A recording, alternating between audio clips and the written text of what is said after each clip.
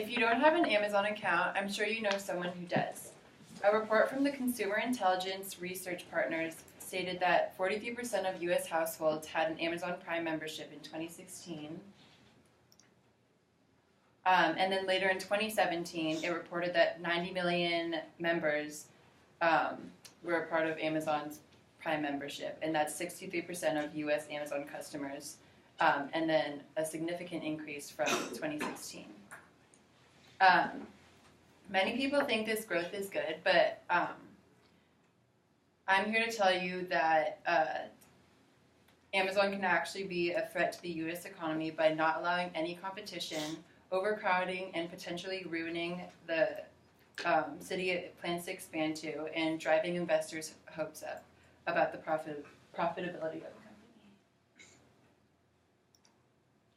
company.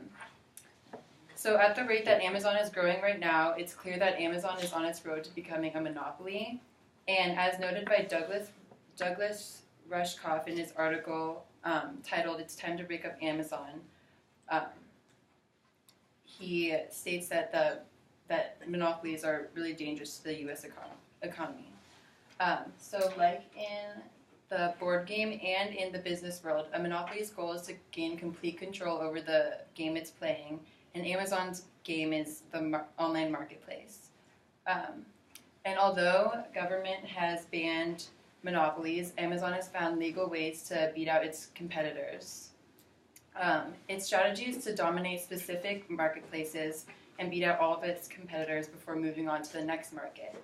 An example of Amazon doing this is in the book industry when it beat its main competitor, Barnes & Noble.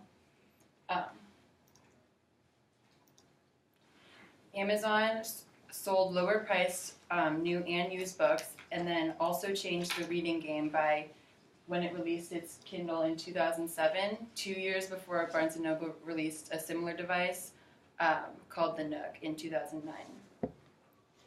So now that it's moved on to, now that it's dominated the book industry, now it's moved on to industries like food and pharmaceuticals.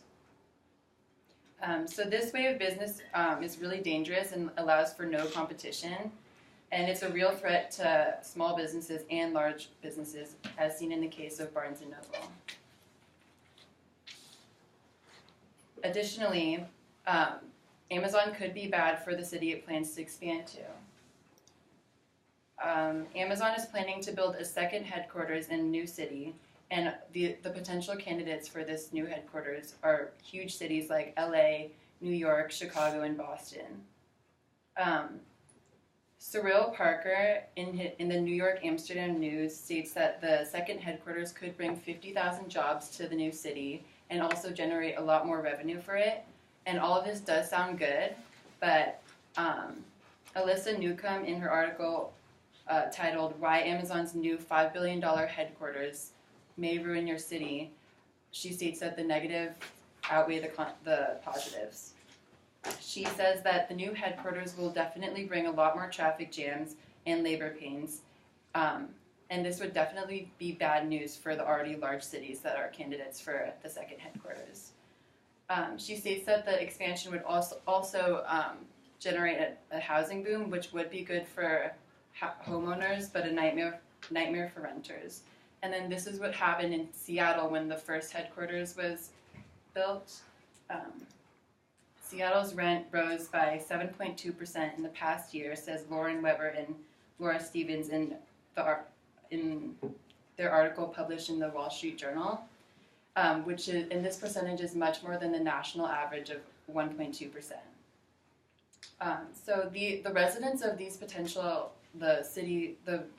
cities are aware of the threat that Amazon could bring to their city, but they're trying to make Amazon commit to benefits, but there are no guarantees with a large company like this. And then lastly, Amazon's success could be giving investors too high of hopes for the future profitability of the company. And Shauna Ghosh, in her article titled "Online Advertising is One of Amazon's Fastest Growing Businesses," states that Amazon is now the fifth largest company in the world and worth over $400 billion.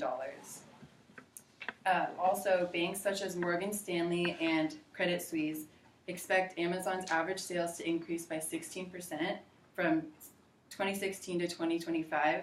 And if Amazon does pull this off, this would be the first time a company this large would grow over 15% for over 10 years straight. But for a company this big, it's really hard to maintain this level of growth. So the company must be really wise in making its money decisions. And the company has already taken a lot of money risks that have been successful, such as the Amazon Alexa. But the bigger the company gets, the higher the stakes are. So one wrong decision could hurt the company super badly.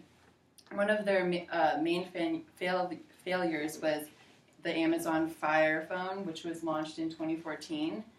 And this was basically Amazon's take on the smartphone, and it kind of flamed out because the competition in this market was super high, and Amazon kind of lacked a lot of experience in this field.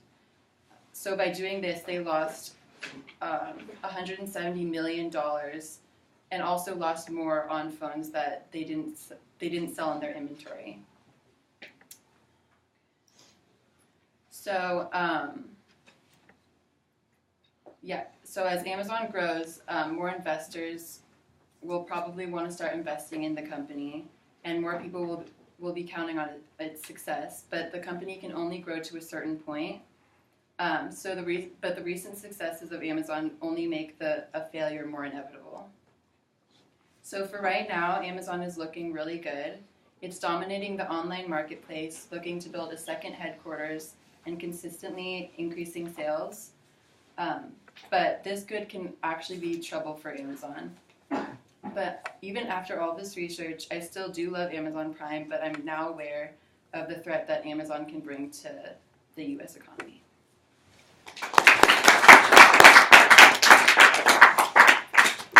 Okay, Abby, how did that go?